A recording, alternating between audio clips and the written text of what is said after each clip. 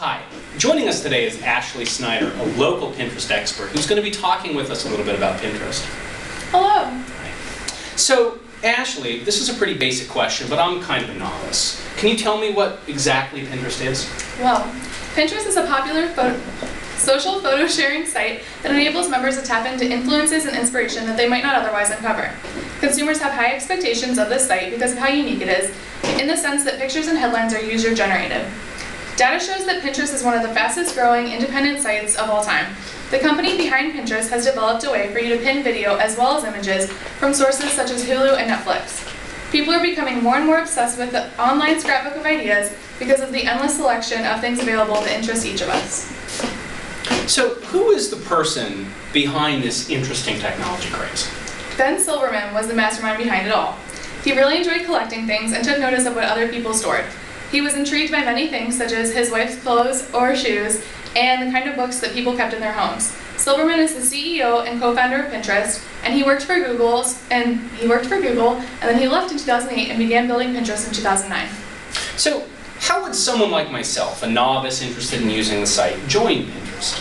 Well, to become a member of Pinterest, you must be invited. You can do this either by having a friend who already uses the site send you the link, or you can sign up with Pinterest, or you can sign up and Pinterest will send you an invite itself. Once you have an account, the website asks you what kind of images you like, and will then have you follow members that enjoy the same as you. If you log on to Facebook with your Facebook account, you will automatically begin to follow any of your friends that use Pinterest as well as Facebook. So, there are a lot of technology-savvy people in the world today. Who exactly uses Pinterest? A lot of people do. Pinterest has an overwhelmingly high female user base though. Some even refer to the website as a girls' club. About 68% of the users are female, and in that 68%, they mostly make up moms and teens. The site has over 19 million members, and it continues to grow daily. Studies show that Pinterest is mainly used by women between the ages of 18 and 34, located in the Midwest of America, in states such as Missouri, Kansas, Minnesota, and Mississippi. The site isn't as strongly used on the East and West coasts, though it's starting to have a breakthrough. It is most commonly used for saving ideas such as home renovations, do-it-yourself crafts, and wedding plans, although some use it for images, articles, blogs, videos, and web pages too. But that's the beauty of it. There are tons of different categories, so no matter what your interests are, it's almost guaranteed that you'll find something that captures your attention. Well, that is really, really interesting. I've read that a lot of teachers use Pinterest. Why do teachers find this such an excellent resource? Well, because they can pin things like upcoming books that will be read. They will pin things like books that will be read for class or novels that have a possibility to be chosen for a lesson. And some teachers pin things such as examples of how to use certain websites for assignments or tips on correct punctuation. There's been a huge increase in members that are teachers. So today's teenagers seem to spend a lot of time using the internet playing around with things like YouTube, Facebook, and Pinterest.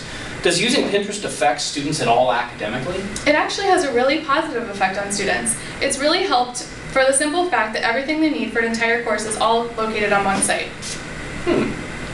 So, how much does the typical user actually use Pinterest? It is said that on average, members of Pinterest spend 98 minutes on the site a month, while Twitter has 2.5 hours a month and Facebook has 7.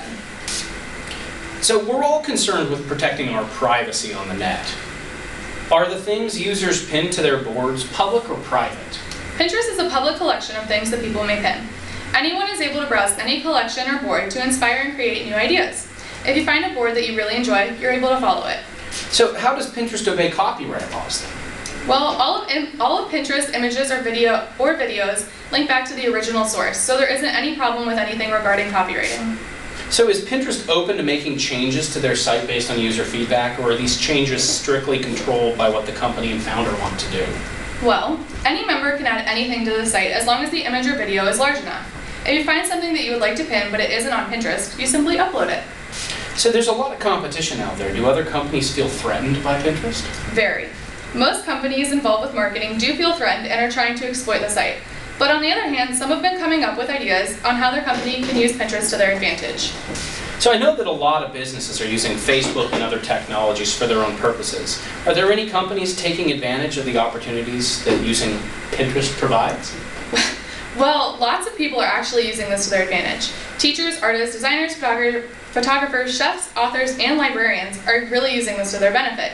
They post pictures of what they do online, and people are able to view them, and then they continue to their website if they please. Many marketers are beginning to display images from their companies on Pinterest, allowing members to click on an item and then direct them to the store's website for potential purchase. So are there other websites that do things similar to Pinterest? Absolutely.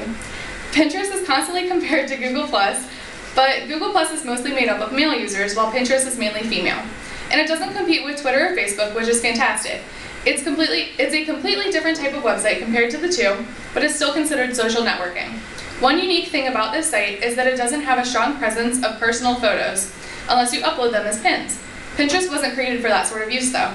You don't have to sort through a timeline with Pinterest. Everything you find is there because it's a part of what you're interested in. Where does Pinterest rank compared to other popular technologies like Facebook and Twitter? Well, Pinterest is the third largest social media site behind Facebook and Twitter, but it's growing each and every day. When you join Pinterest, it's because you want to find things that you'll enjoy. It's not because you want to see how many followers or friends you have. Some people think that Pinterest may have the same fate as MySpace, but I feel that this site is here to stay. Well, Ashley, we've all learned a lot, I know I have, about this really fascinating new technology called Pinterest. Do you have any closing thoughts to share with us today? Nope, I think I've shared everything. Well, thank you very much for joining us today.